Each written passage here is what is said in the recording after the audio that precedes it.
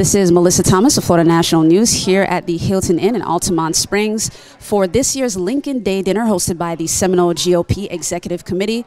This committee, this Republican Party, will be hosting Governor Rick Scott. He will have a keynote address in the Crystal Ballroom right behind me. So stay tuned right here for his remarks, as well as some interviews with several of the elected officials who will be in attendance tonight. What changes have you seen so far over the years with the dinner? How has it improved in your opinion? Well, certainly here in Seminole County, this continues to be more and more successful. And the great thing about it is that our Governor Rick Scott is here. He's a big draw. He's running for the United States Senate, and we're very pleased to have him, very honored to have him here tonight. Awesome. And how have you seen the activity in the Seminole GOP party grow over the years? Well, I can tell you that it continues to have tremendous amounts of energy, and our Seminole County Republican Executive Committee is doing very, very well. And of course, to be able to have soon-to-be Senator Scott here is equally as important. And give us your thoughts on tonight's Lincoln Day dinner and your expectations for Governor Scott's keynote. Well, I tell you, I'm really excited about it. We're so excited to have the governor here. We have been so fortunate in Seminole County to have a wonderful partnership with this governor. And it's kind of interesting. Nobody really knew Rick Scott before he ran for governor. And he turned out to just be a wonderful partner.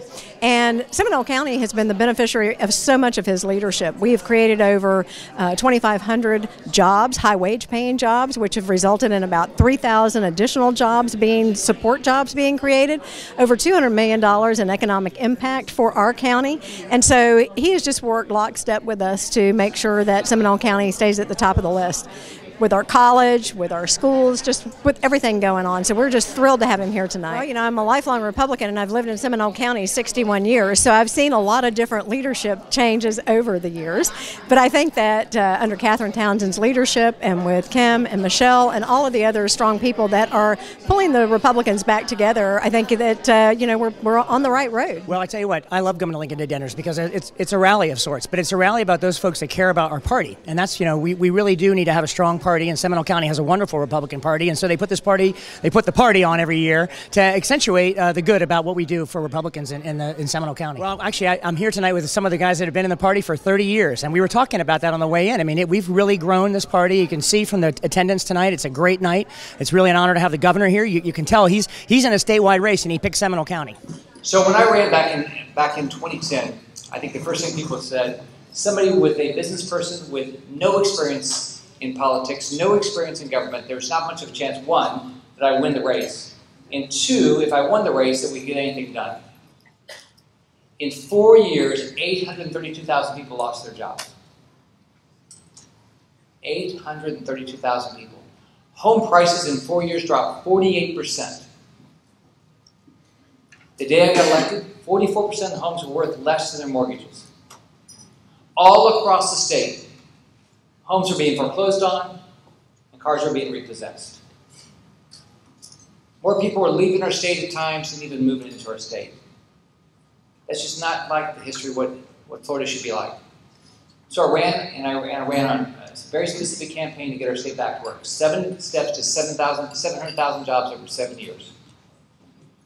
And look at where we are. You've got this sheet in front of you. The private sector, not government, has added 1.5 million jobs. Hard to believe.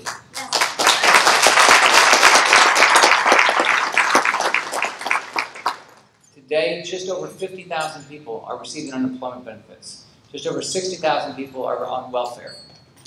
In this state, you can get a job. We have 250,000+ job openings in this state. Home prices are up. Tourism has skyrocketed. I think we've been running around 80 million tourists a year. This last year, 116 million tourists, and hopefully this year we're on track over 120 million tourists, which is 1 out of every 6 jobs in our state is tied to tourism and hospitality. So we all together have turned this economy around, and now we're the envy of the country. The reality is we need to change the direction of our federal government. Our federal government doesn't focus on us enough. It doesn't represent us. They've forgotten their job. When we send people to Washington, D.C., they're supposed to help us. We need lower taxes, less regulation. We need people to help solve problems. So that's why 5 weeks ago, it'll be 5 weeks ago next Monday, I announced I'm going to run for the U.S. Senate. And we're going to win.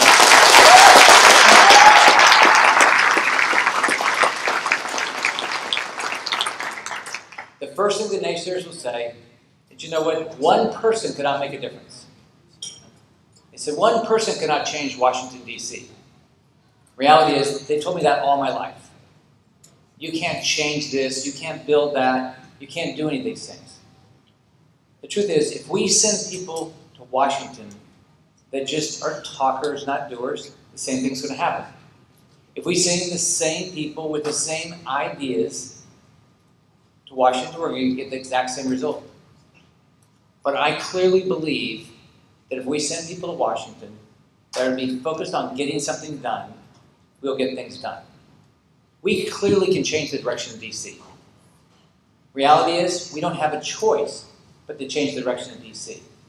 And I absolutely believe that if all of us work together, we can do the exact same thing in Washington, D.C. that we do here. See, let's look at the numbers. We've cut taxes $10 billion, and our annualized state revenues are up, I think, close to $20 billion. Seems like that's worked pretty well. We've cut regulation. We've streamlined the permitting. We've got jobs faster than the rest of the country. They said, oh, I don't know if you can pay down debt. I said, by June 30, I think we'll be down $10 billion from the debt, which is getting close to 33% of the entire state debt. And now we have a rainy day fund. We have money in the fund that deals with unemployment insurance, which at the time that I got elected, we owed, on the unemployment one, we owed $3.5 billion. They said, oh, I don't know if we can grow the economy very fast. So I said, I think we've grown our economy at over 30% in 7 years.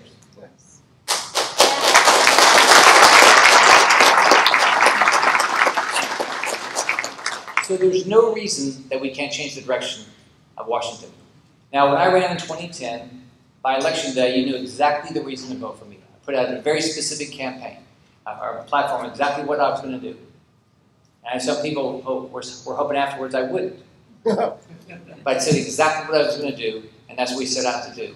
And I'm doing the exact same thing in this race. My plan is called Make Washington Work. Step one, we've got to get rid of career politicians. We've got to send new ideas. Let's think about this state. We have term limits for the House, the Senate, the governor's office, all the cabinet members.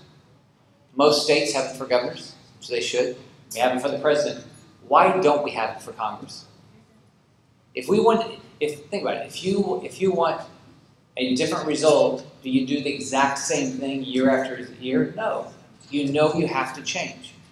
You know in your business life, you know in your personal life. So we've got to make sure we get term limits. That's step one. Step two, something we have on the ballot this year, is we need to have a 2/3 majority of Congress to raise our taxes and our fees. It's our money. It's not government's money.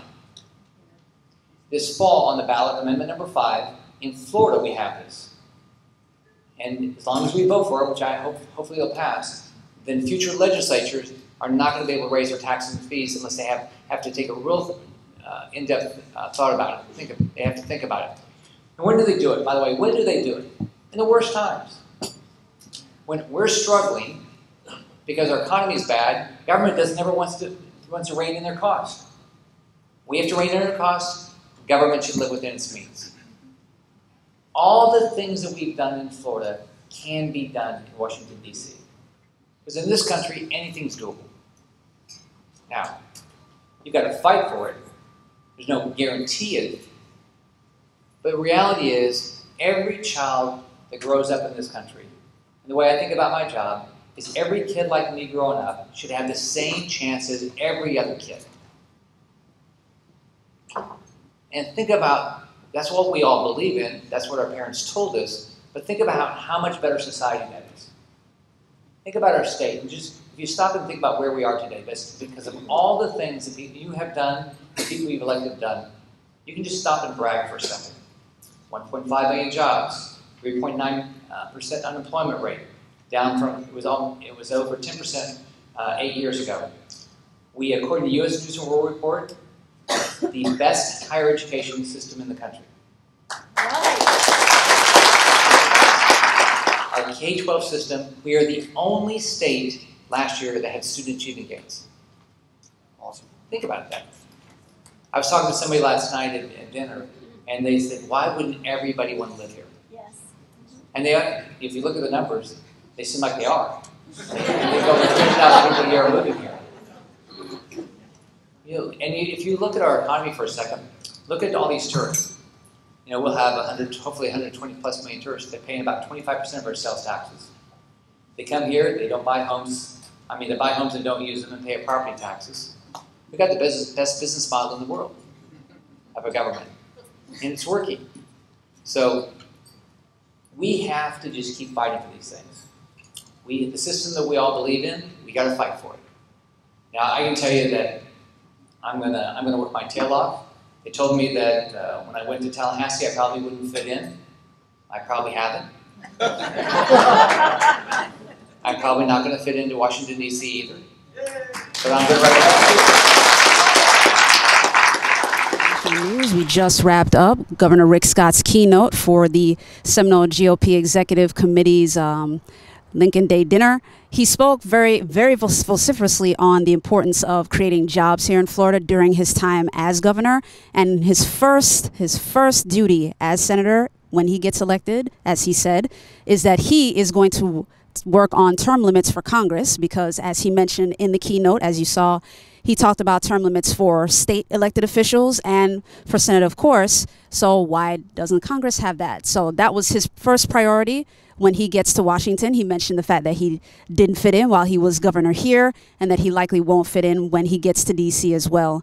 Stay tuned for more on Politics and Power right here at FloridaNationalNews.com. This is Mellissa Thomas coming to you from Altamonte Springs.